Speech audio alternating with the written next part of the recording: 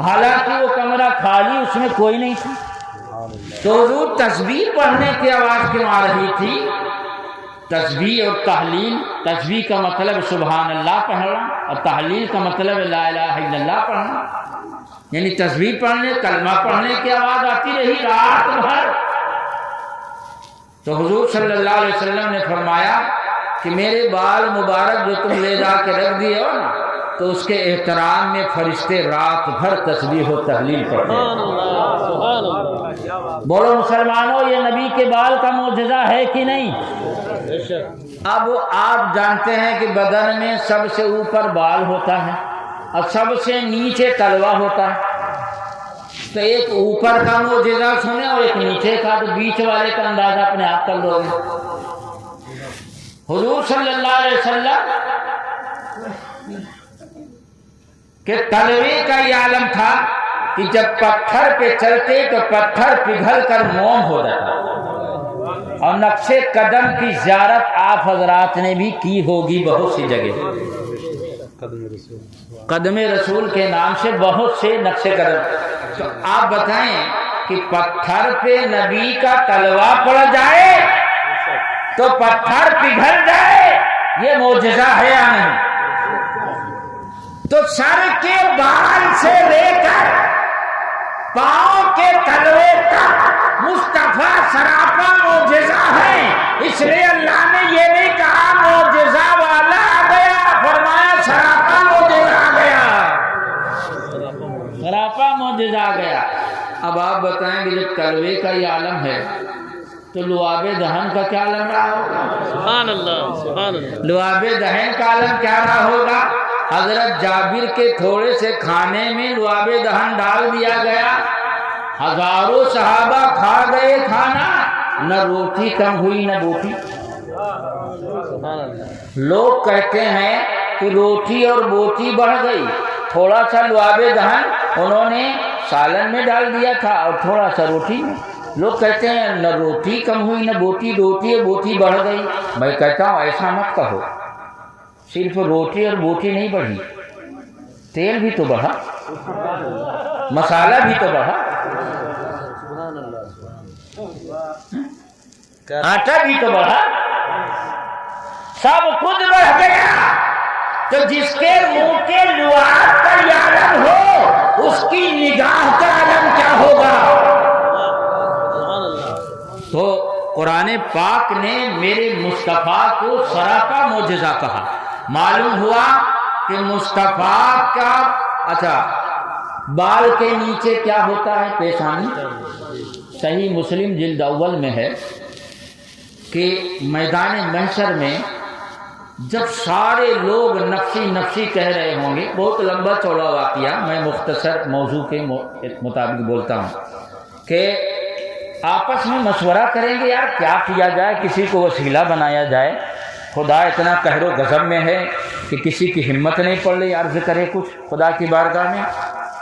میدان محشر میں اللہ فرمائے گا لمن الملک اليوم، آج کس کی حکومت ہے؟ کیا بات ہے، آج کس کی حکومت ہے؟ اتنا قہر و غضب میں کسی کی ہمت نہیں خدا کی بارگاہ میں کچھ عرض کرے۔ لوگ مشورہ کریں گے یار کسی کو بیچ میں وسیلہ بنایا جائے۔ اچھا، جو لوگ یہاں وسیلہ کو شرک کہتے ہیں وہاں شرک نہیں کہیں گے، اور صحیح مسلم میں موجود ہے بھائی، وہاں شرک، کیونکہ صحیح مسلم میں یہ نہیں کہ کچھ لوگ اعتراض کریں گے وسیلہ مت شرک ہے، یہاں شرک کہتے ہیں لیکن وہاں مشورہ کریں گے کس کو وسیلہ بنائیں۔ یہ ہوگا کہ بھائی باپ کو بیٹے سے بہت زیادہ محبت ہوتی ہے، آدم علیہ السلام تمام انسانوں کے باپ ہیں، ان کے پاس چلیں وہ مہربانی فرمائیں گے۔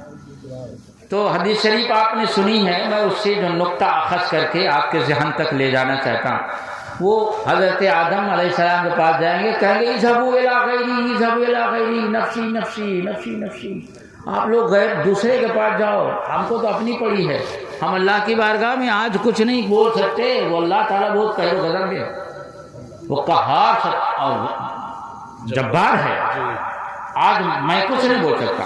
وہ لوگ جو ہے تو پھرتے پھرتے پھرتے پھرتے پھرتے پھرتے حضور صلی اللہ علیہ وسلم تک جائیں گے، عیسیٰ علیہ السلام تک، تو عیسیٰ علیہ السلام پھر حضور کے پاس بھیجیں گے۔ اچھا یہ بتائیے کہ یہ حدیث تو آپ لوگوں کو معلوم ہے نا، یہ تو بار بار سنے ہوں گے، آپ ہی سن رہے ہیں۔ مسلمان کو میں سمجھتا ہوں بچہ بچہ یہ حدیث جانتا ہے، ہاں سب جانتے ہیں، لیکن میدان محشر میں آپ لوگ جانتے ہیں مگر آپ بھی نہ کہہ سکیں گے کہ یار کیوں در در کے بلا حضور صلی اللہ علیہ وسلم ہی جب یہ کام کریں گے تو ڈائریکٹ چلو۔ آپ لوگوں کو اس وقت یہ حدیث بھلا دی جائے گی، کیوں؟ تاکہ پتہ چلے کہ میدان محشر میں جو کام کوئی نہیں کر سکتا وہ میرا محبوب کر رہا ہے۔ اگر یہ حدیث بھلائی نہ جائے تو شان مصطفیٰ کیسے پتہ چلے؟ فقط اتنا سبب ہے انعقاد بزم محشر کا کہ ان کی شان محبوبی دکھائی جانے والی، ان کی شان محبوبی۔ ورنہ آپ بتائیے یہ حدیثیں تو اچھا یہ دیکھو کہ اس حدیث کو امام مسلم نے مسلم شریف میں نقل کیا اور میدان محشر میں امام مسلم بھی بھول جائیں گے کہ امام مسلم ہی مشورہ دے دیتے کہ بھائی ہم نے نقل کیا ہے کہ کوئی بھی امتی امتی نہیں کہے گا، اس وقت امتی امتی کہنے والی صرف ایک ذات ہے، تو ڈائریکٹ کرسی کے پاس چلو، کیوں ٹائم پاس کر رہے؟ حضرت امام مسلم بھی ان کو بھی بھلا دیا جائے گا تاکہ شان مصطفیٰ پتہ چلے کہ ملک کونین میں انبیاء تاجدار، ارے تاجداروں کا آقا ہمارا نبی، وہ یہاں بھی انبیاء کے تاجدار ہیں، وہاں بھی انبیاء کے تاجدار ہوں گے۔ معلوم ہوا؟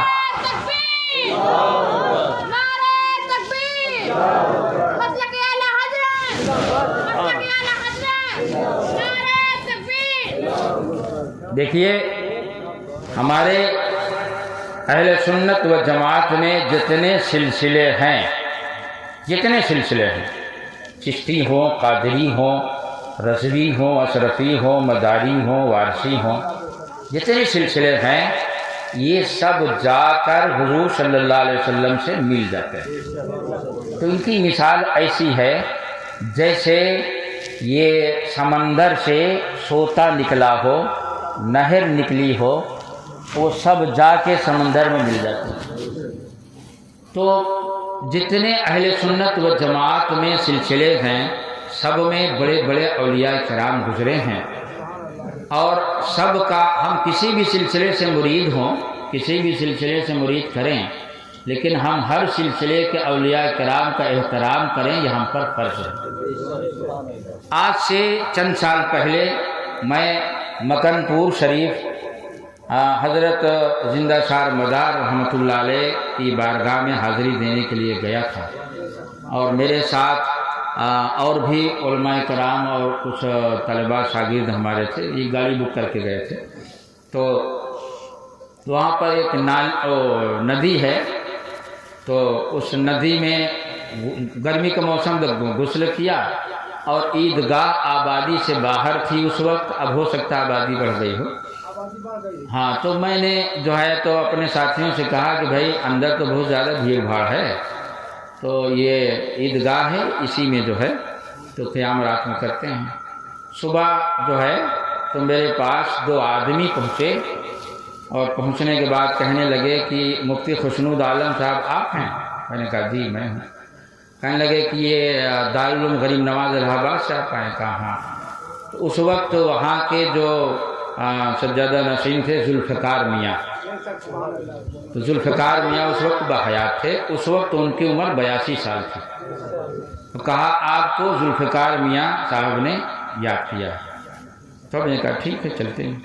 تو میں گیا، وہاں پر وہ بیٹھے ہوئے تھے، ان کے سامنے میں سمجھتا ہوں کہ اس سے زیادہ مجمع رہا ہوگا، قریب 200-250 لوگ بیٹھے رہے ہوں گے وہاں پر، عرس چل رہا تھا حضرت مدار شاہ رحمۃ اللہ۔ تو میں گیا ملا تو مجھ سے کہنے لگے کہ آپ عیدگاہ میں کیوں ٹھہر گئے؟ آپ عیدگاہ، ہم کو رات میں خبر ملی، میں نے لاؤڈ اسپیکر میں اعلان کروایا کہ آپ کے لیے یہاں ایک کمرہ خالی کرواؤ، آپ مجھ سے ملے بغیر عیدگاہ میں جا گئے، کوئی طریقہ ہے؟ آپ ایک اہل سنت، ایک جید عالم ہے، آپ کا احترام کرنا ہم پر فرض ہے، ہم نے آپ کے لیے وہ کیا۔ اور آپ کا جو ہے تو جب تک آپ یہاں رہیں گے یہیں پر آپ کا ناشتہ کھانا پینا سب کچھ رہے گا، اور آپ جائیں گے تو مجھ سے مل کے جائیں گے۔ تو ہم بھائی ہمارے ذہن میں یہ بات آئی کہ بھائی مداریوں کے بارے میں جو باتیں ہم سنتے رہے، یہاں تو کچھ اور معاملہ چل رہا ہے۔ تو ہم نے کہا حضرت ہمارے کچھ سوالات ہیں، اگر اجازت ہو تو میں آپ کے سامنے عرض کروں۔ تو کہنے لگے کہ ہاں فرمائیے۔ تو مولانا غلام یحییٰ مصباحی مداری یہ بھی موجود تھے وہاں پر، منظر میاں بھی موجود تھے، اور اب اتفاق سے منظر میاں کا بھی وصال ہو گیا، اور یہ جو ہے کیا کہتے ہیں ایک عالم دین مولانا وسیم مصباحی یا قصیم مصباحی، تو ان کا صاف نام یاد نہیں پڑا، وہ بھی مداری سلسلے کے مرید تھے، وہ بھی موجود تھے، اور کچھ بمبئی کے بہت سارے لوگ تھے، ان کے بھی دو چار کے نام مجھے یاد تھے، مگر زمانہ ہو گیا اس لیے ذہن میں اس وقت نہیں بہ رہا۔ 200-250 لوگ تھے۔ تو مولانا غلام یحییٰ مصباحی مداری نے کہا حضرت آپ تھوڑی دیر رک جائیے، میں چاہتا ہوں کہ ٹیپ ریکارڈر منگا کے تو آپ کی جو گفتگو ہو اس کو ریکارڈ کر لیا جائے۔ ہم نے کہا اچھی بات ہے، تو میں رک گیا تھوڑی دیر۔ اس وقت موبائل عام نہیں تھا، موبائل تھا لیکن 1 لاکھ 1.5 لاکھ کا ملتا تھا، بہت مخصوص لوگ رکھتے تھے۔ تو ٹیپ ریکارڈر لایا گیا اور اس میں کیسٹ لگائی گئی، کیسٹ چلتی تھی، تو اس میں باقاعدہ رکھا گیا۔ تقریباً ہماری ان کی گفتگو 1.5-2 گھنٹہ تک ہوئی۔ تو خاص سوال تھے، میں ان سے جو کیا اس کو بتا رہا ہوں، اور وہ ریکارڈنگ انہوں نے ایک رکھی، ایک ہمیں بھی جب کروا کے دیا، اور ریکارڈنگ بہت دن تک ہمارے پاس موجود تھی۔ لیکن پھر بعد میں جب موبائل صاحب عام ہوا تو ٹیپ ریکارڈر ہی غائب ہو گیا، تو کیسٹ کہاں سے، اگر کیسٹ ہو بھی تو کیسے سنے گا، کیسٹ کروا دے، ٹیپ ریکارڈر ہی غائب ہو گیا مارکیٹ سے۔ خیر میں نے ان سے سب سے پہلا جو سوال کیا وہ یہ سوال کیا کہ آپ کا اعلیٰ حضرت امام اہل سنت علیہ رحمہ کے بارے میں کیا خیال ہے؟ تو انہوں نے فرمایا، میں ممبر پہ بیٹھا ہوں اور اللہ گواہ ہے، انہوں نے جو فرمایا وہ بتا رہا ہوں۔ انہوں نے فرمایا کہ حدیث شریف میں ہے من عاد لی ولیا فقد آذنتہ بالحرب، حدیث قدسی ہے کہ جس نے کسی ولی سے دشمنی کی اس کو اللہ تعالیٰ کی طرف سے جنگ کا اعلان ہے۔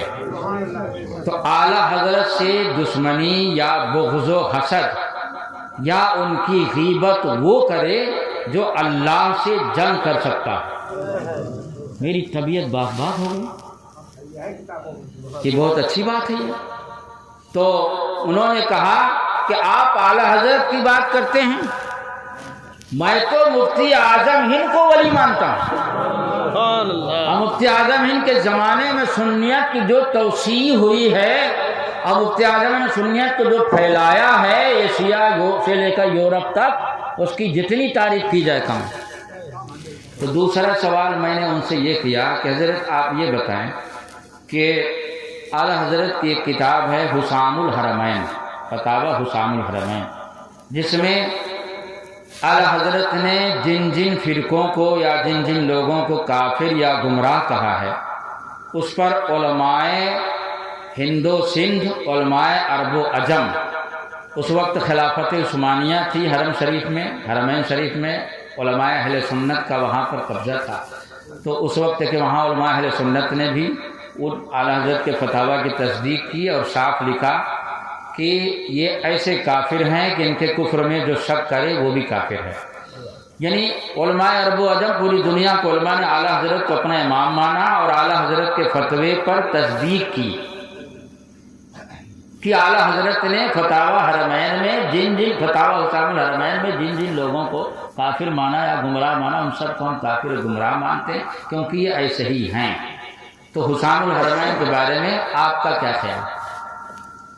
تو ان کا جملہ واقعی سننے لائق تھا، انہوں نے جو جواب میں فرمایا تھا، تو انہوں نے فرمایا کہ دیکھیے مولانا، میں جانتا ہوں کہ کافر کی 2 قسمیں ہیں، کافر کی 2 قسمیں ہیں، ان کی باتوں سے پتہ چل رہا تھا کہ یہ پڑھے لکھے آدمی ہیں۔ کافر کی دو قسمیں ہیں، ایک کافر اصلی اور ایک کافر مرتد۔ کافر اصلی جیسے یہودی عیسائی وغیرہ جو مطلب خاندانی چلے آ رہے ہیں، اور کافر مرتد وہ ہے جو مسلمان ہو پھر کافر ہو جائے، اس کو مرتد کہتے ہیں، جس کو کنورٹ بولتے ہیں۔ ہاں، کنورٹ ہو جائے، پلٹ جائے، مرتد ہو جائے۔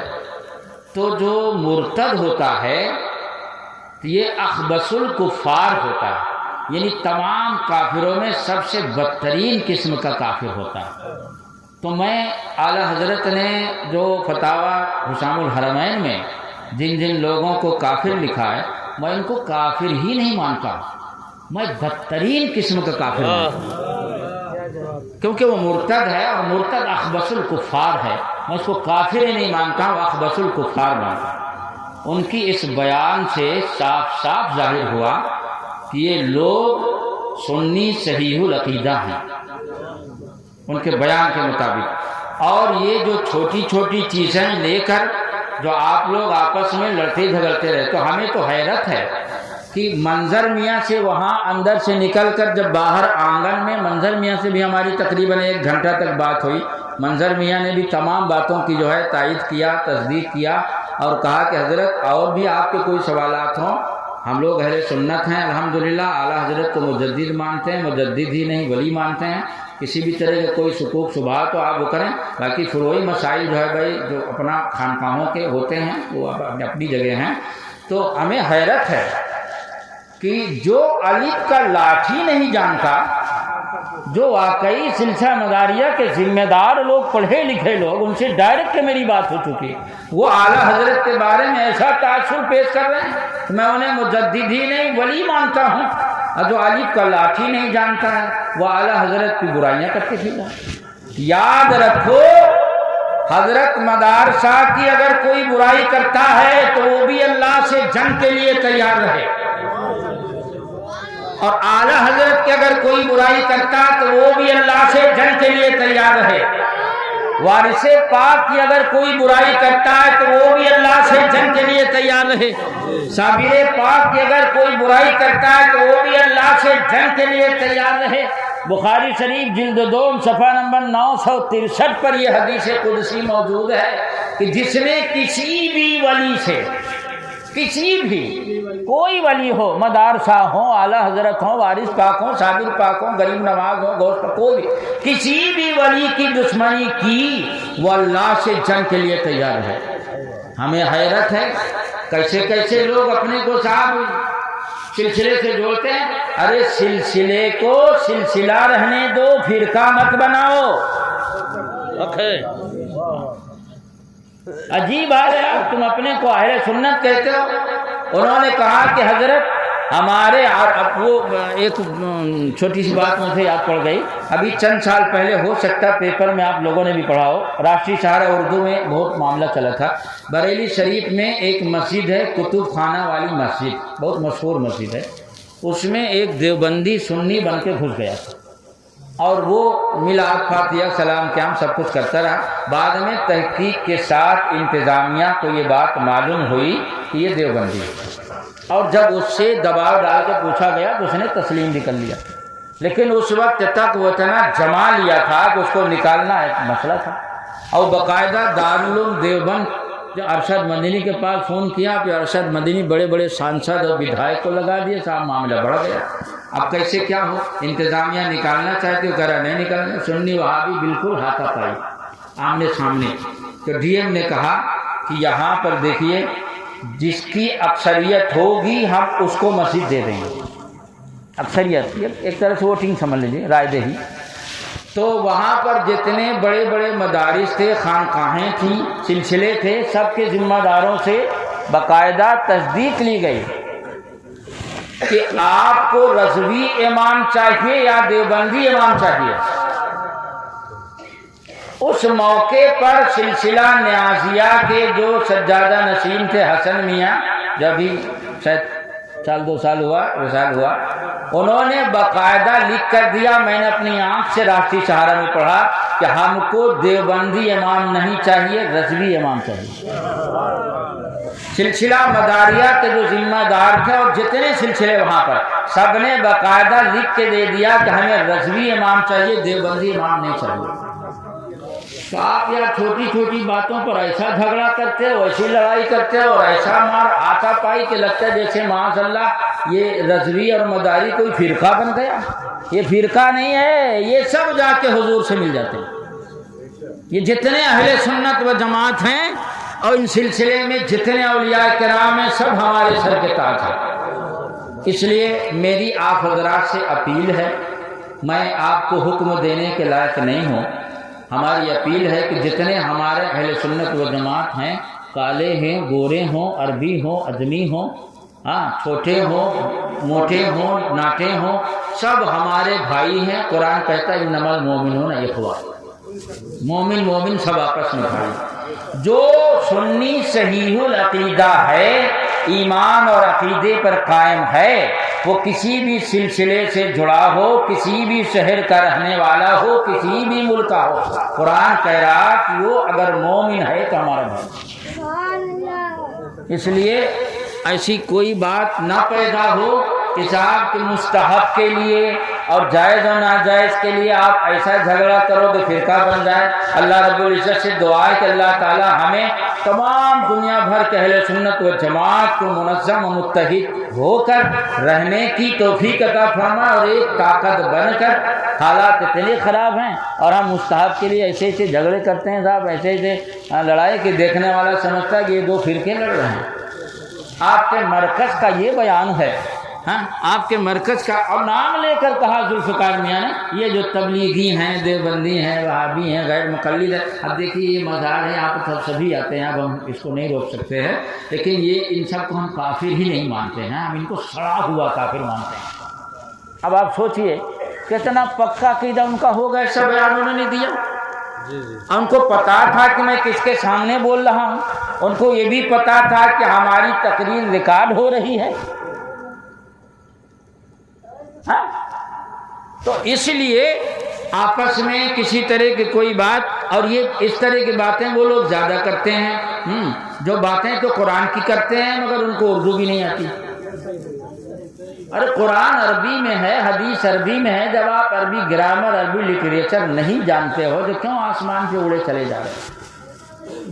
ہم دونوں کو کہہ رہے ہیں، ہم ایک کو نہیں کہہ رہے ہیں، ہاں، چاہے رضوی ہو، چاہے اشرفی ہو، چاہے مداری ہو، یہ سلسلے ہیں، ان سب میں اولیاء کرام بڑے بڑے ہیں، ان کا ہر سلسلے کے اولیاء کرام کا ادب کر کے فیضان حاصل کرو، بے ادبی کر کے خدا سے جنگ نہ کرو۔